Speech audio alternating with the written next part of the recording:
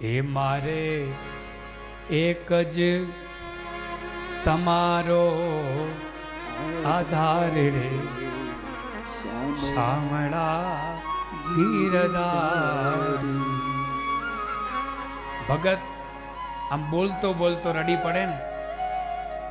દુનિયામાં કહે છે ભગવાન હું કોઈના માટે રડતો નથી, કદાચ મારો કોઈ અપરાધ કરે ને તું એને માફ કરી દઉં છું, પણ મારા ભક્તનો કોઈ અપરાધ કરે હું એને માફ ન કરું. જીવનમાં ભક્તનો અપરાધ ન કરવો. જે ભગવાનને ખૂબ માને છે, જે ભગવાનમાં પાગલ છે, દિન રાત ઈશ્વર માટે પોતાનું મન સમર્પિત કરી દીધું છે, એવા વ્યક્તિને છેતરવો નહીં, એની સાથે વિશ્વાસઘાત ન કરવો. સાહેબ, એની સાથે દગો ન કરવો. કારણ ભગવાન કહે છે હું તો દરિયા દિલવાળો છું, મારું મન સાગર જેટલું છે, હું ક્ષમા કરી દઉં, પણ જે મારો અપરાધ કરે એને હું ક્ષમા કરું. શિશુપાલની 99 ગાળો ખાધી મેં, ખાધી કે નહીં ખાધી? હે? હિરણાકશ્યપુ કે નારાયણ મારો દુશ્મન, નારાયણ મારો દુશ્મન, છતાંય હિરણાકશ્યપુને ખોળામાં લઈને મેં મુક્ત કર્યો. પૂતના માસી ઝેર ચોપડીને આવી હતી, લાલાને ઝેર પીવડાઈને મારી નાખું, છતાંય મેં એને ઝેર પી અને એની મેં ગતિ કરી હતી. શત્રુ સ્વરૂપે ભગવાનને ઘણા ભક્તોએ આપણા કથા ઇતિહાસમાં કથાઓ છે, ઘણા બધાએ ભજેલા છે સાહેબ. પણ ભગવાન કહે છે મારા ભક્તનો કોઈ અપરાધ કરે તો હું એને ક્ષમા નથી કરતો. ભક્તને તકલીફ બહુ પડે. સાચો ભગત હોય એને, ખોટો હોય એને કઈ નહીં, સાચો હોય ને એને ખૂબ તકલીફ પડે. સાચો માણસ મૂંઝાય અને ખોટો માણસ પૂંજાય, એનું નામ કલયુગ સાહેબ, એનું નામ કલયુગ.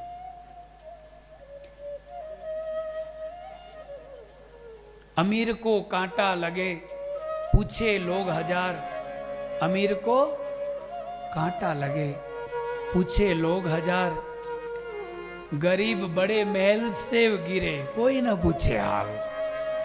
यह है कलयुग, यह है कलयुग.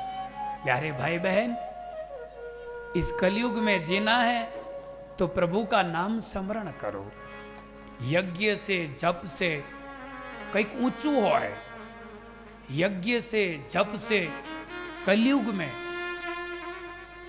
सब युग में पूजा का महत्व था, तप का महत्व था, यज्ञ का महत्व था, जप का महत्व था, लेकिन कलयुग में नाम का महत्व है भाई. नाम संकीर्तनम यस्य, भागवत का अंतिम श्लोक में क्या कहा शुकाचार्य ने? नाम संकीर्तनम अस्य सर्व पाप प्रणाशनम. जो मारा नामનું સ્મરણ કરતા કરે છે, જે મારા નામનું સ્મરણ કરે એ બધા પાપમાંથી મુક્ત થાય છે. નામનું સ્મરણ.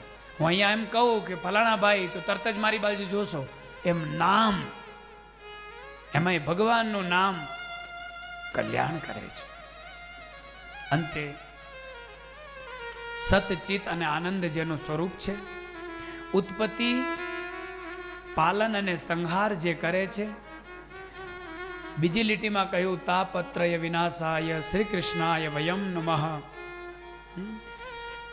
એ શ્રી કૃષ્ણને અમે વંદન કરીએ છીએ, એ શ્રી કૃષ્ણને અમે વંદન કરીએ છીએ. નુમઃ, નમઃ ન કહ્યું. નુમઃ એટલે રાધા.